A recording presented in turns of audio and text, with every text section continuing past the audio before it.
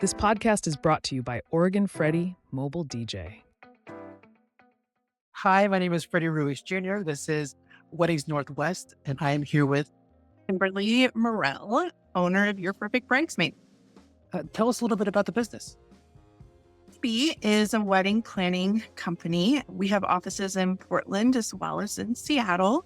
I started the company 16 years ago. Our whole mission is to serve couples, not only by making the wedding planning process easier, more straightforward, less burdensome, as well as giving them one epic wedding day that they will remember forever. All of our packages not only include planning assistance, they include unlimited communication, as well as complete day of coordination. So really start to finish, we're here to help make wedding planning and wedding day that much better. You can check us out online at yourperfectbridesmaid.com or on Instagram and TikTok, which is just Your Perfect Bridesmaid. Fantastic. All right, let's get right into it. This next segment is going to be called the lightning round, wedding rehearsal. So, Yes. when to do it? The honest answer is when it's the best time for the couple. Ideally, everyone who is participating in the ceremony is there. So if that is the night before, if that's 2 or 3 days before, depending on, are people traveling, what's work look like the week of the wedding, what's the venue's availability, we're going to take into consideration all of those points and find a time that works best for the couple given their unique situation. We even do it the morning of sometimes. If the couple is doing a first look, we can do it that day. Folks don't get in until late, or if they're traveling, or if the venue doesn't have availability and couples want to get to do the rehearsal at the wedding, we can do it the day of too. We do rehearsals everywhere. There's really no need to do it at the venue unless that's something that's super important to the couple, because we walk everybody through it, not only at the rehearsal, but on wedding day. We're literally lining everybody up. We're telling each person when to walk. There's really no need to do it at the venue. And honestly, that really opens up a lot of flexibility because we're not limited to the venue's availability in terms of all the things we're juggling. And what needs to be covered? We go over basically who's walking when, who's standing where, who's doing what with their hands, what are the kind of transition points. If we're, for instance, if there's a reader, what are the words that invite the reader to speak?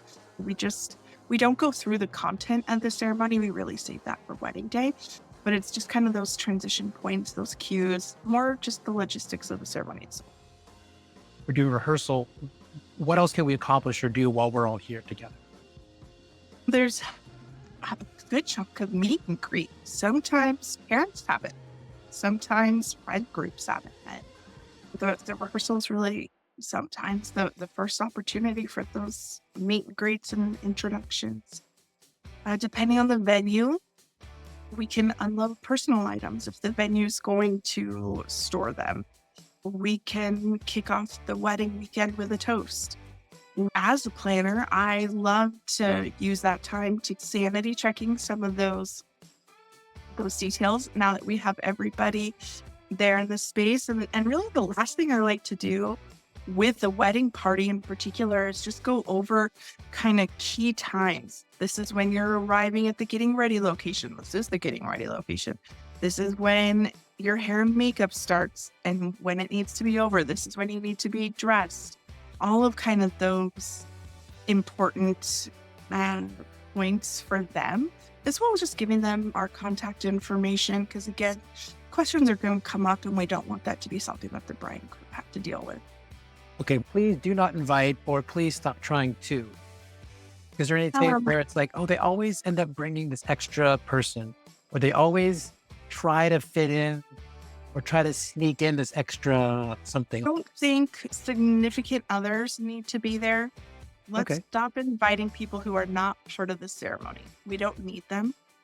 I really don't think we need kids because they just start being a distraction It's from the get-go. it's just playtime for kids Um, all the time. It's great, but not Yeah. And sometimes the rehearsal, because it's like the first, family's in town, you've been pulled a million directions, you're so nervous for the next day.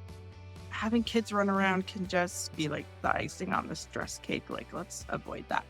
I would say, in terms of stop trying to, one of the things that I think can take couples out of the moment on wedding day is when they are trying to get to a certain place in the procession at a certain point in the song. yes. Your mind is only focusing on creating this moment that you have in your head, as opposed to being completely present and in the moment. And I think it is such a tragedy. I feel so strongly about this because you're missing it. We can do it, right? We map it out, we clock it, we see like how long it takes you to get from point A to point B, and we can do the math. On the rehearsal day, you're We playing can the do the songs math on at the the empty. rehearsal. Exactly. But oh my God, come wedding day, it is a hot mess. Yeah. And let's just stop it. Let's not deal with it at rehearsal. Let's just not do it. I like that. That's definitely true. I had one where it was like the song was going to warm up. And so it started as they're finishing talking. So it's like they need to be on it. The officiant needs to be on it. The song has to be exact. They walk down the aisle and everyone's cheering, and then they do the dip and they move forward. I think that we could have just played the song and had a good time. I don't think we had to do so many notes or so much in the rehearsal. Exactly. And again, I think my whole goal for couples is that they are present on their wedding day, because I feel like it's essential for them to make the memories, like to have the memory stick, to not wake up the day after and go, whoa, what just happened? It's all a blur. That is so not what I want for our couples. And I think this is it's a forced moment that I think makes them miss out on so much. Yeah. As wedding vendors, we always make it happen. Yeah. But I would love to see just a little shift more towards authenticity and kind of genuineness. Energy is contagious. And I think if the couple is committed to authentically being present, that is going to be felt by the guests. And they're going to be not like worried about minding their P's and Q's. They're going to be authentically in the moment with them, witnessing such an epic commitment, which is what a wedding really is all about. And you can have just those super genuine moments and memories. Let's get into ceremonies. This next segment, like I said, is called Year of the. What is the best time to start your wedding ceremony? I'd say You got to work backwards. Again, taking into consideration obvious things like if you're outside, you need daylight. But I like to work backwards. So start with what you know. The venue says music has to be off at. How much dancing do you want? How much time for toast, dinner, blah, blah, blah, cocktail hour. If you're doing a first love, you can get away with a 60-minute cocktail hour. If you're not, you need 90 minutes. And then organically arrive at the ceremony start time that is going to then allow you to have the wedding that you want. So often couples choose some random ass time. And I'm like, cool. Okay, you chose that time. And that's going to leave you 5 minutes for dancing. And then they're heartbroken because that's not the wedding they want. Choose the ceremony start time, taking into consideration all the other things. Yeah. What about decor? What is this the year of? Bows. We've got lots of bows. Bows on dresses, napkin detailing. I just had a cute little cutting cake a couple weeks ago, and it was a super simple cake with the most delicate black bows kind Hello? of around the cake. It was darling. This is definitely the year of the bow. It's, I think, year maybe 2, 3 of color. We're getting so much color, and I think everyone in the wedding industry is loving that. It's been a nice change from the classic white and green. So that'll be interesting to see if that continues. About officiant scripts. Anything this year that stood out for officiant scripts? I would say in general, this year for me has marked almost like in 16 years level change. Ceremonies are getting longer. There's readings are back. A longer, more personal scripts, actual lovely vows. There for a minute, we were in the 10-minute ceremony realm. But like, let's just get this over with to get to the party. And this year, I really have found couples investing a lot of time and thought and heart into the content of the ceremony. And not that it's about me, but oh my gosh, it's been making me so happy. But I feel the same way about ceremonies. They should be taken very seriously. I really take the word ceremony serious. So these things are happening for a reason. We're presenting people around you that support you. We're going to do something that shares you and you together visually with soft words and with music. I enjoy a good ceremony. I'm a little disappointed when it's walk in, say a couple words, and then walk out. I'm just like, man, you guys got us all out here for that. You could have done something else for us. Yeah, we all want to shed a little tear, Yeah. chuckle, and we want to feel the feel. Yeah. And I think it's also, I've been telling couples when they have a lot of toasts to try to spread them out. So like you can do some toasts or some readings during the ceremony, after the ceremony, when reception starts, after dinner. It doesn't all have to be 5 toasts in a row. You can do something at the ceremony. I don't think a lot of couples know this, but there are 2 traditional wedding formats. There's what is considered the East Coast format and the format that we have here on the West Coast. And the East Coast format really does break things. It's like a little sprinkling. Like they actually start dancing even before they've had dinner. Yeah, I've heard that. And they sprinkle in a couple toasts here, they dance, they do this, and then they dance. And I don't necessarily think we need to go full, but there's no reason why it has to be just one right after the other. Right. Let's see. Anything this year for DJ setups? This is the year of and I've got opinions on this because I see it all the time on YouTube and Facebook.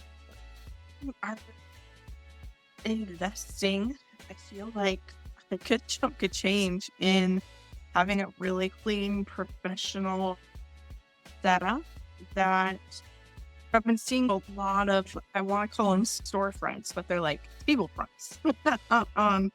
And there seems to be a lighting component to it. There's the DJ facade is, there's like a 4-panel or 5 panels that can hide the folding table and the mixer and all the cords, and they'll light that up.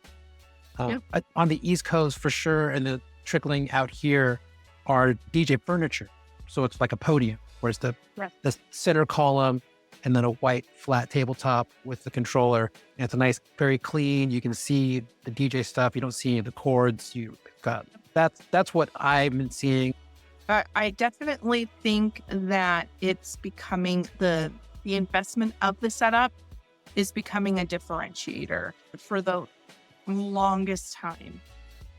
Again, I've been doing this for so long. It's changed so much, but for the longest time, it was a 6-foot table and a black linen. Yeah. And don't get me wrong, that works. But I think at the end of the day, having that clean, polished setup, not having all the cords, it sets the tone, And I think that it's a really great differentiator when couples should talk about and ask when they're interviewing DJs. All right. Let's see. I've got a couple more. 1/2. This is about processionals. This is the year of, for me, it's the year of the beer boy. I've seen more and more beer Mhm. boys coming down the aisle, having a great time. Anything for you? We've seen a beer boy or two. We've seen the flower grandmas that I feel Oh, like everyone sees on social medias. I haven't seen the flower grandma yet. That one's cool. That sounds like fun. We've had the flower petal in fanny pack on a groomsman. Okay, And sure. one cool thing that we've seen a couple, there's this trend of an I do crew that swaps out like a wedding party. So if you have a larger group of friends and or you don't want them to be spending a fortune on all the things, but you still want to honor them and celebrate with them and whatnot. A lot of couples are choosing a much more casual, informal I do crew. And we have had a couple instances where the I do crew sort of lines the lines the aisle and has flowers and builds the bride's bouquet as she walks. Huh. That's been Here, cool. take this. Here's this other flower. Here's Exactly. some more flowers. Grab this. Here, there you go. Yeah. And so that's been fun. Honestly, one of the trends, and it may not be popular enough to call it a trend, but I love it, is to have almost like a welcome reception a little bit. The couple kind of join the guests for that welcome reception. So they're mingling. They're not like tucked away in seclusion. I love it. They're I love that. mingling. They're spending, couples come to me and it's like the first thing out of their mouth is, I want to spend time with my friends and family. Perfect. Oh my gosh, let's do it. Like, why are we hiding them away? And they're out, they're greeting their guests. There's hugs. There's so much enthusiasm. Everyone's got like I said, a signature cocktail or a glass of champagne. And the music begins and everybody, like the entire group starts walking towards the ceremony. I've invited you to my party. Here's the things that I provided for you guys. Let's just start this party right now. Let's go get married. When the music starts, I'll show you where it's at. Follow me. Let's check this out. Yeah. I love that. This last wedding I was at, something I've seen for the first time, where the bride and groom, I don't think they might have done their photo walking down the aisle. I'm almost sure they did that. But then the officiant said, okay, please hold on for a moment. The bride and groom will be releasing aisles into the cocktail lounge or cocktail area. So they would go by and they'd say hi to this first aisle and they'd give them all hugs and they go to the next aisle. And so there'd be, not only did they get to talk to their guests right after the ceremony, but the cocktail bartenders weren't like bombarded with all these guests. Logistically, that's brilliant in terms of keeping that bar line in check. It was a nice, slow, steady drip. And then after whatever time, for like maybe 10 minutes or so, 15 minutes, the cocktail lounge area was on. And you got to talk to the bride and groom right after the ceremony. As they're like super excited, you just saw them get married and you want to tell them everything. There's your chance right there. Yeah, that's great. Let's see. So in the Q&As, we've got wedding coordinators. What do they cost? So what do wedding coordinators cost? But then there's also day of coordinators and then like full-on wedding planners. Okay. Well, so let me go into understanding that terminology and some kind of key points within that terminology, because that will impact cost a little bit. And is this something that you cover with bride and grooms after this is a consultation type of conversation? Yeah. Honestly, start the education just on our website. It's really important to me to just, most couples have never done this before. It's like, how can we expect them to know? And on our website, we spend a lot of time trying to educate on various things and be just super transparent with our packages and our pricing just to start the process of informing. Day of coordination is a complete misnomer. And no one can just show up on wedding day and be of any use. If there are companies out there who are trying to do that, you need to turn around and walk away. There's so many details, so many levels of details to the details.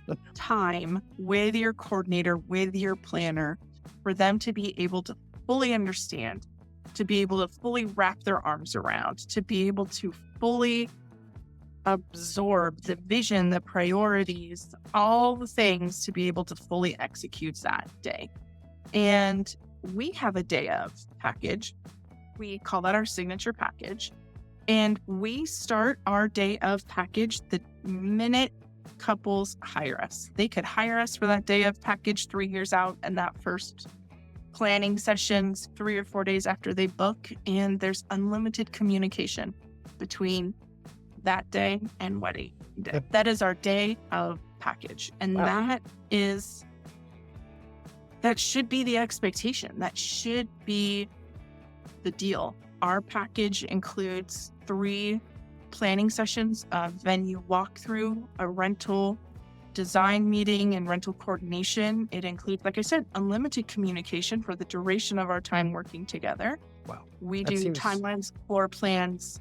We coordinate the rehearsal, and then there's 2 people on site for 10 hours. That is Wow. what I have found to be the least amount of services that are required to do the job at the level I am comfortable at doing. And so day of, there's some people that do month of. I don't know how you build a relationship with someone and establish that level of trust. I always tell our clients I would much rather prevent problems than spend all day solving them. Yeah. And so the more that we're able to work with our couples, the more we're able to prevent those issues that lead to problems day of. So that's my little take on day of coordination. A lot. That seems like a really good full, it seems way more than just one day. You're definitely not That's the thing. a day of coordinator. You're a big time. We're really taking this seriously on that day that I'll be there with my other person for 10 hours. Yeah. Here's the thing, like, it's someone's wedding day, and those wedding vendors, we are going to play a role in one of the most important days of their lives. They will forever remember their wedding day, and it's up to us to decide whether or not that's a happy memory or not. And that's a commitment and a promise that I take so seriously. Some people call us wedding coordinators, wedding planners, day of. Really, like I mentioned, day of doesn't exist. The Right. difference between wedding coordinator and wedding planner is going to, in my mind, come down to who is driving the bus. So a wedding coordinator is basically focusing on all the logistics and bringing it together of the work that the couple is doing. So like a wedding coordinator will provide vendor recommendations, but the couple is reaching out, checking availability, facilitating the bookings. A wedding coordinator does timelines and floor plans. A wedding coordinator typically doesn't do design, but like some packages will. A wedding coordinator organizes vendors once the couples hire them. A wedding coordinator supports that vendor team. A wedding coordinator dots I's, crosses T's, checks all the boxes, and then executes the couple's plans come wedding day. A wedding planner drives the bus. Now they're driving it based on couples' decisions. So to just use us as an example, our full service wedding planning package where we're doing the planning, we talk to the couples about the vendors, the priorities. Let's pick on photographers, for instance. We're talking to them about budget. We're creating a timeline to figure out how many hours of photography they need. We have a style guide. There's 6 different styles of wedding photography. We show them those different styles and figure out what they like. We talk about 1 shooter or 2, film or digital. What kind of turnaround time do you want? If a bride wants getting ready photos, is she going to be comfortable with a male photographer? All of these things. That helps us narrow down who we should reach out to, but we're reaching out. We're checking availability. We're confirming pricing. We're reviewing contracts, and we're teeing up fully baked options. Hey, couple, because of A, B, and C, we feel like options 1, 2, or 3 would be great. Let's set up a time for you to connect with them to see who you really jive with. But then we take it from there. And so we drive the bus on what needs to be done. When the couple is just able to be in the decision-making chair, it saves on average about 32 hours a week because Sure. Yeah. we're taking care of all that legwork. And so that's really the best way to, I feel like, couples can wrap their minds around the difference between planning and coordinating is who's driving the bus. So the wedding coordinator isn't taking responsibility for who the DJ is, for who the florist is. They are taking responsibility for what the florist or DJ or photographer will be doing that day. But it was the couple's due diligence to find that person. They're liable for the baker they chose based off of however they did it. But a planner is going to be responsible for all of it. The couple's going to look at the planner and say, you got us this photographer, you got us this baker, you got us this bubble machine person, and it's your fault because they did something, or it's your fault because it's so great. Also, you picked out some great vendors. Totally. Yeah. Interesting. Yeah. And I think even with planning, with coordination, we're recommending vendors. With planning, we are more hands-on with the information that is given to the vendors. We're asking the vendors those questions during, how does payment work with those vendors? Are couples playing planners and planners are? Yeah, that's so all over the board. Some planners, their fee is a percentage of the budget. So like I think right now average is like 13%. We do flat packages because in my mind, I know with my money, I like transparency. I like to know what I'm spending and what I'm getting.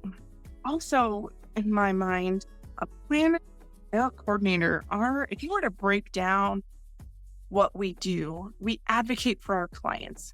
And for me, a part of that is like advocating keeping them on budget or advocating saving them money. And if my pay is tied to the spend, to me, that can get wonky. And so we just do flat packaging. So like how we tier our packages. So like that day of package that I was telling you about, that signature package, that's $2,600. We have coordination with design, which is $4,375. And then our full service for one day is $8,500. Our full service planning for a weekend, so that's multiple events, is $14,500. There's a price break there because it's for multiple events. And it's all inclusive. Yeah, pricing though definitely varies. Let's see. How do you choose a color palette for your wedding? This coming up with the design, like the aesthetic, can honestly be such a fun part of wedding planning.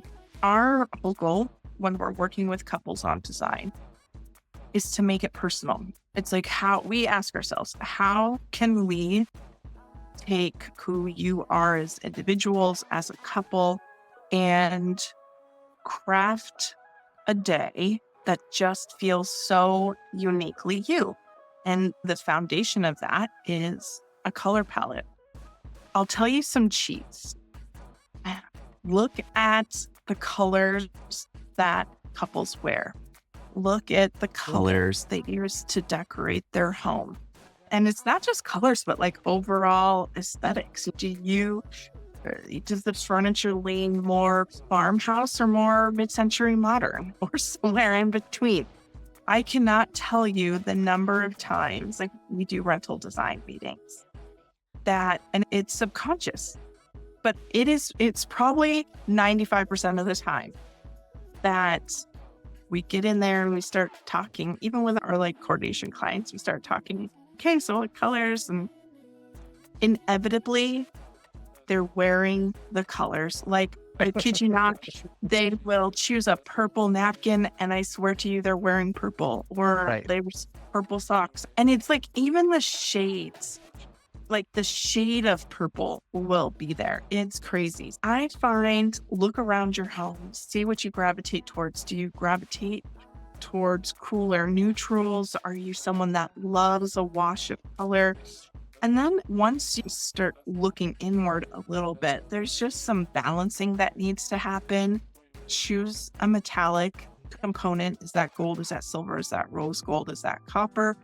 And then what are your neutrals? Like an easy neutral could be white or black, but that can be cream. That can be gray. You could do a navy as a neutral as well. And once you find the inspo, when you just look around your surroundings, whether that's your closet or your living room, round it out with a metallic and 2 neutrals and you'll be good to go. Metallic and 2 neutrals. Got it. Those are wonderful tips. I've never thought about looking at my own home decor and just saying, what do I like already? It's starting to sound like wedding decoration, wedding colors are a lot more fun and less serious. Just look at the things you already enjoy and then ask your planner to transmute that into a thing that we're doing. We really like movies. Exactly. We really like this. What are your options? That's really cool. And that's, again, why we spend so much time with our couples, because we want to get to know you. We want to understand all the things that make you, because we can then take those details and weave them together to create a really thoughtful, intentional visual story. Because at the end of the day, we want to support whatever the couple wants. And some couples come to us and their Pinterest board looks like they're planning 5 weddings. But what we're able to do is go, okay, what was it about this picture that you liked? What was it about this? And then we're able to go, okay, let us put this together, because we can take all of your ideas and make it cohesive and tweak it so that it fits the venue, it fits the time of year, it fits your budget, and it's all yours. You guys are the professional decision makers when people just can't make up their mind with what to do. We need to reach out to somebody to just tell me what to do. And not literally, but take my ideas, work with me. And again, that's where that advocacy comes in. We're able to just raise the flag and just say, hey, I want to make sure you know what the implications are of going down this road. We still can totally go down the road, because at the end of the day, the decision is theirs and we're there to support it. But we're also that invested but not invested person that can stay neutral and raise those flags when necessary. This has been a great interview. This was a lot of fun. I learned a lot and I've got more questions. You saw the giant list of questions and topics. I have so many things to talk about.